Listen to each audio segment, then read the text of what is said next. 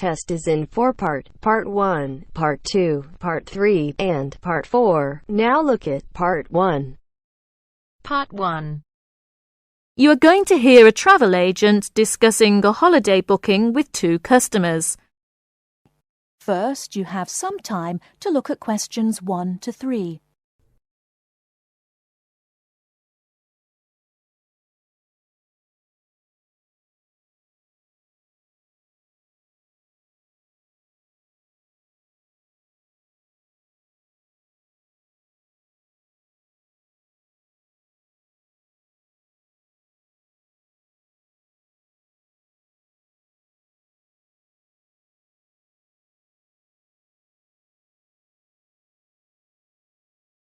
Now we shall begin.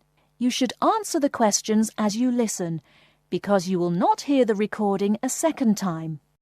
Listen carefully and answer questions 1 to 3. Good morning. Can I help you? Yes, good morning. We'd like to book a holiday for July, please. Certainly. Where did you have in mind? Oh, well, we haven't thought a lot about it, really. We'd just like to go somewhere hot, and it must be in July. I see. Well, let's get the dates cleared up first, then we can see about availability. What part of July were you thinking of? Oh, well, you see, we have slightly different holidays. I've got the whole month, except for the last 5 days. So I could go from the 1st to the 26th. But my friend here doesn't start until the 7th. So I suppose it will have to be the middle 2 weeks, really. Yes, but I've got to be back before the 23rd. OK. Now, let's find a destination. Before you hear the rest of the conversation, you have some time to look at questions 4 to 10.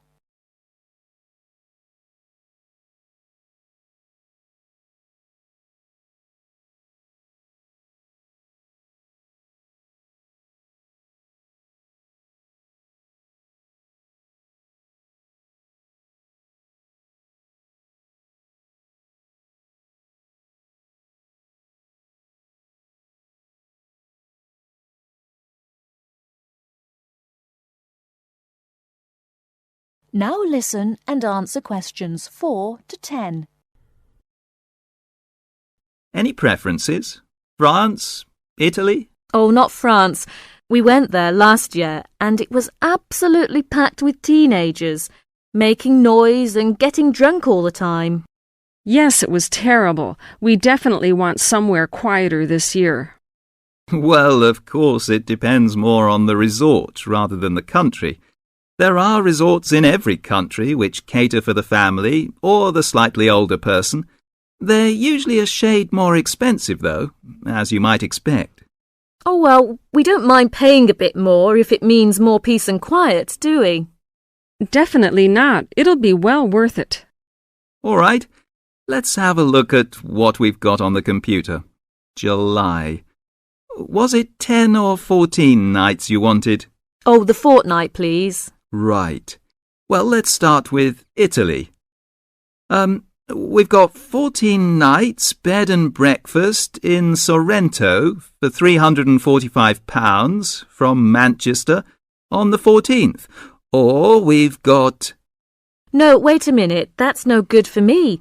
We wouldn't get back till the 28th, and I've got to be back at work before that. Ah, yes.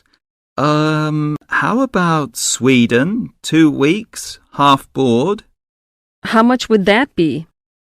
That would be £540 from Manchester again. Well, 540... that seems too much. Well, madam, there's a surcharge for the airport, and it has a 5-star hotel.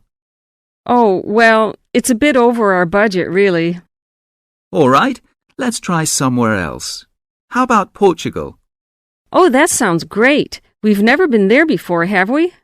Let's see now. We've got 14 nights in Albufeira, half board, from Gatwick, for £385. Albufeira? Oh, wait a minute. Did you say the flight was from London? That's right, from Gatwick.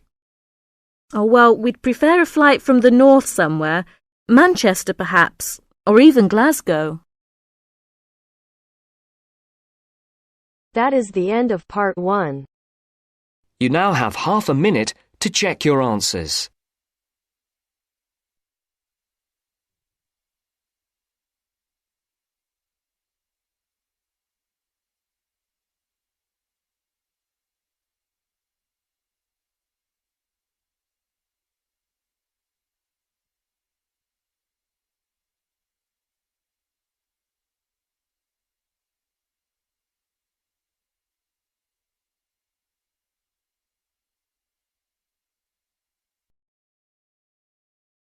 Now turns to part 2.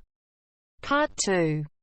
Matthew East, a registered osteopath and a supporter of alternative techniques in healthcare. Matthew, can you tell us more about osteopathy? First, you have some time to look at questions 11 to 16.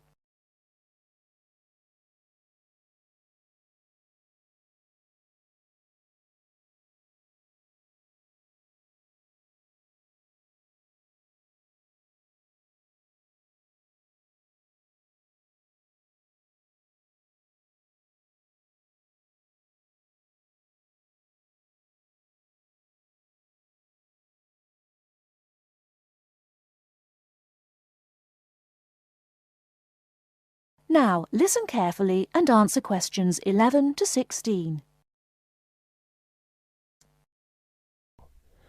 Over the past 50 years, there have been some radical changes in medicine as it is known in the West.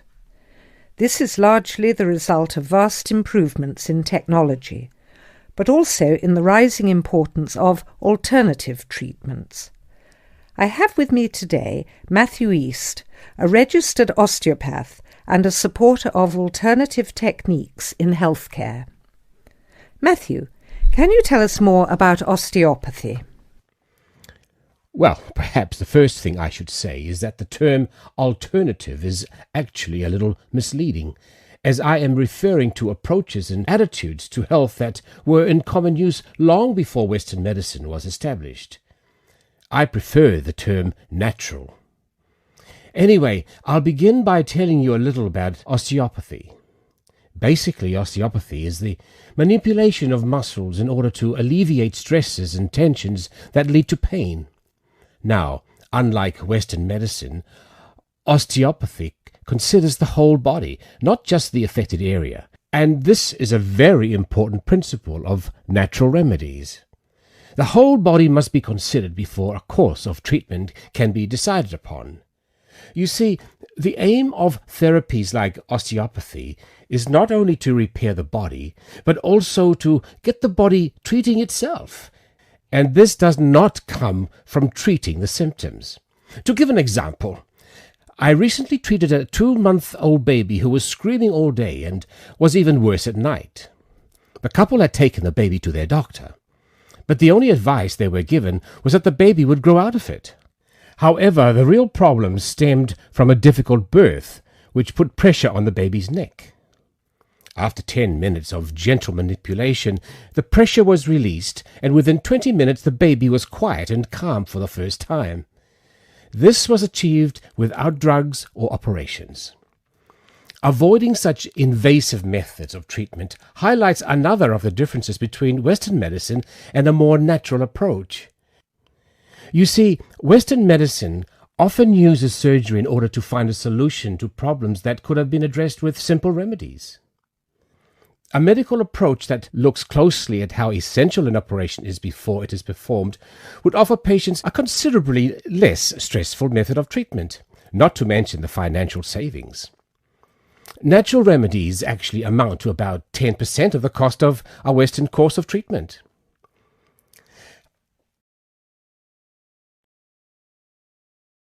Before you hear the rest of the talk, you have some time to look at questions 17 to 20.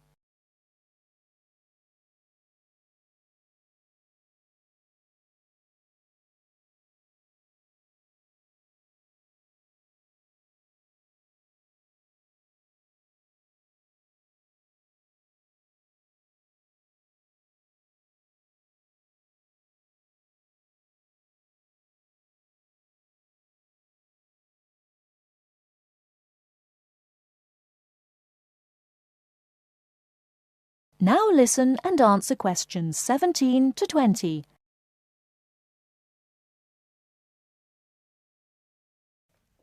I'd like to mention the subject of surgery again a little later, but I would like to say at this point that there are those that claim that the benefits of osteopathy and herbal therapies are largely psychological, that they have not undergone the clinical trials that pharmaceuticals have.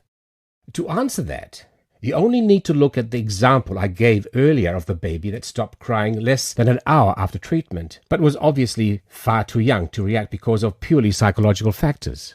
Another example can be seen in the successful use of acupuncture in the treatment of animals.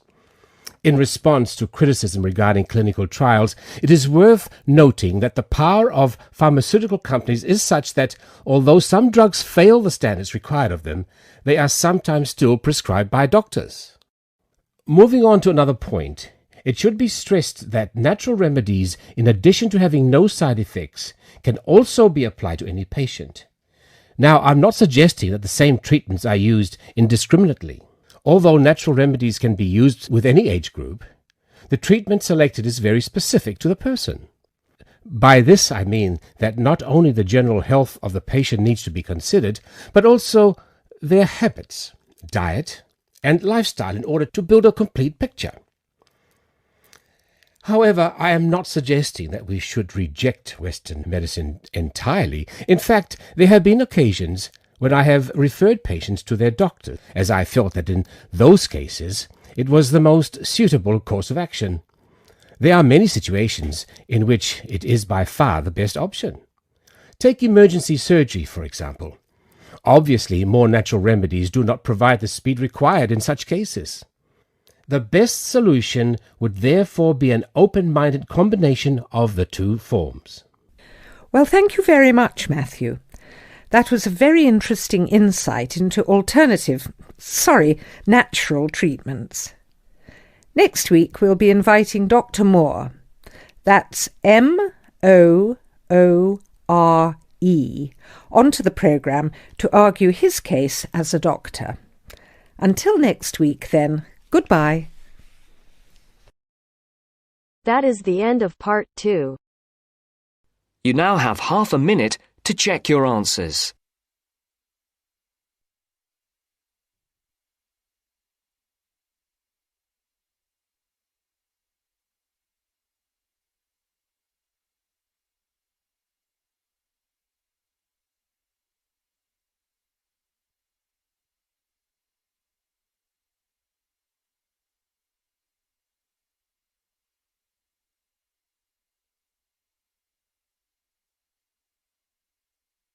Now turns to part 3. Part 3. You will hear two business studies students discussing a presentation they'll do on an article on working effectively in groups. First, you have some time to look at questions 21 to 26.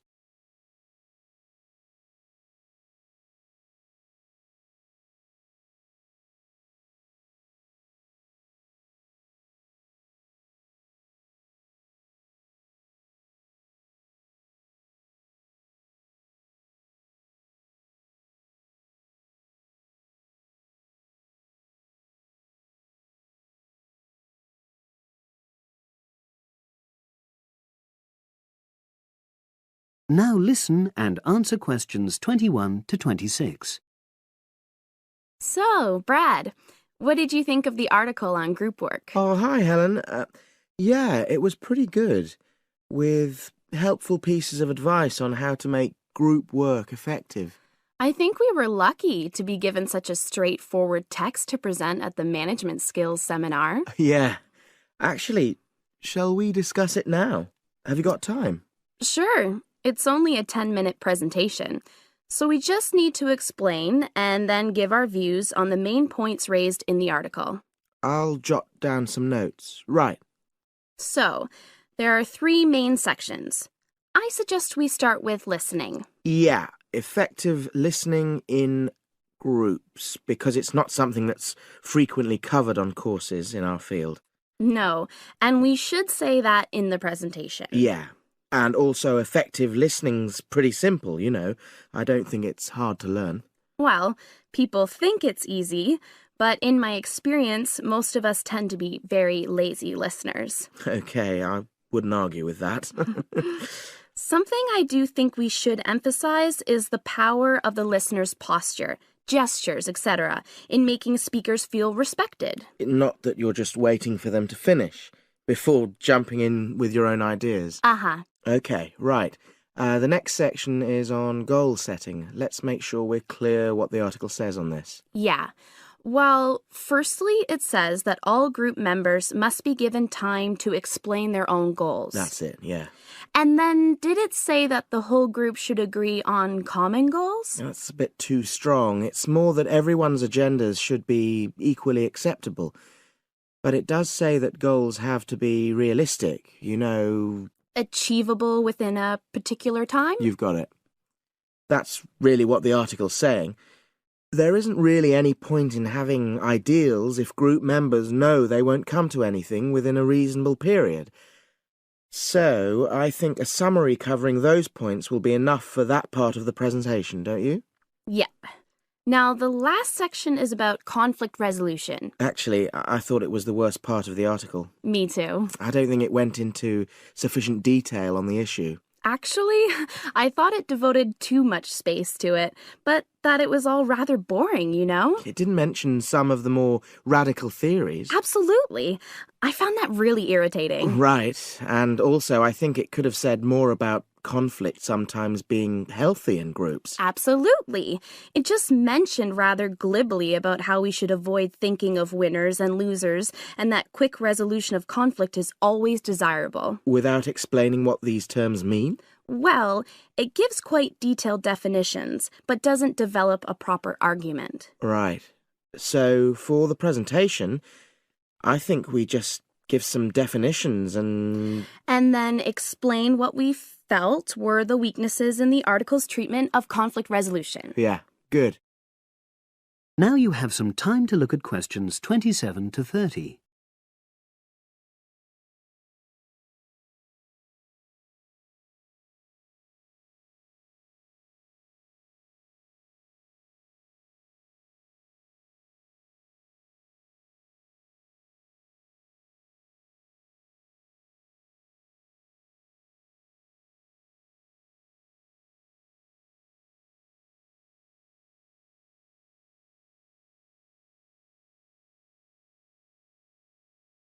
Now listen and answer questions 27 to 30. So, let's think about what we have to prepare for the actual presentation. Well, I suppose we'll use PowerPoint, but I'm hopeless at using it, especially if it has any visuals. I really have to look into doing a course on it because I know I'll need it in the future. Don't worry, I'm quite happy using PowerPoint and I'll put it together when everything else is ready. That's a relief. But yes, do that later. Okay. Now, I heard the tutor saying we have to include some well-chosen quotations from the article. I'm not sure if we do. I'll email him to find out. No need. I can just have a look at the specs he gave us when he set the task. That'll be quicker.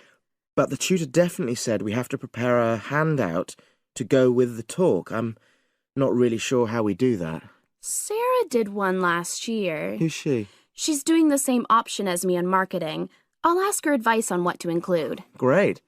So that just leaves the bibliography at the end. I suppose it'll mainly be articles. Yeah. So we'll just look on the web, and we can leave that till later. But we've been advised against that. Well, we could have a look through some journals in the library. I think we should start by looking through module handbooks. I think that'll give us some good leads. Yeah, you're probably right. So that's all the topics. That is the end of part 3. You now have half a minute to check your answers.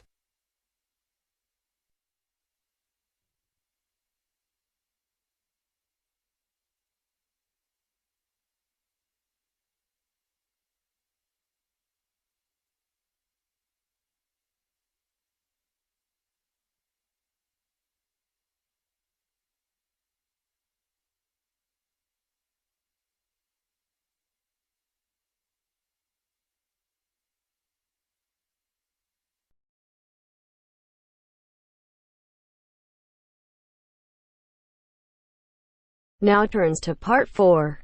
Part 4. Listen to the last part of the lecture. As you listen, complete the notes below.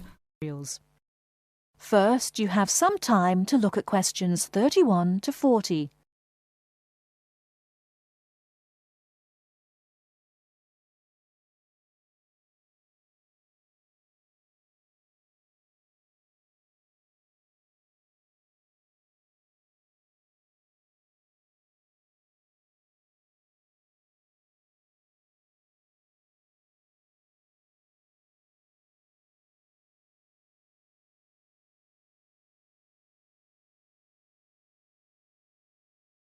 Now, listen carefully and answer questions 31 to 40. Last time I said that a lot of Irish people left the country and went to England, America and many other foreign countries. Today I'd like to talk about the emigration. The effects of immigration were not all bad. The immigrants experienced a lot of hardship in their new countries. There is a famous story about a park in Shanghai where Chinese and dogs were not allowed. Well, in England, until into the 1950s, signs for jobs sometimes read, "Irish need not apply." The immigrants often experienced discrimination, but they formed many organisations to look after their fellow immigrants. Many of these organisations later became very important. In America, the Irish chose politics as the way forward, and significant cities were controlled by Irish politicians.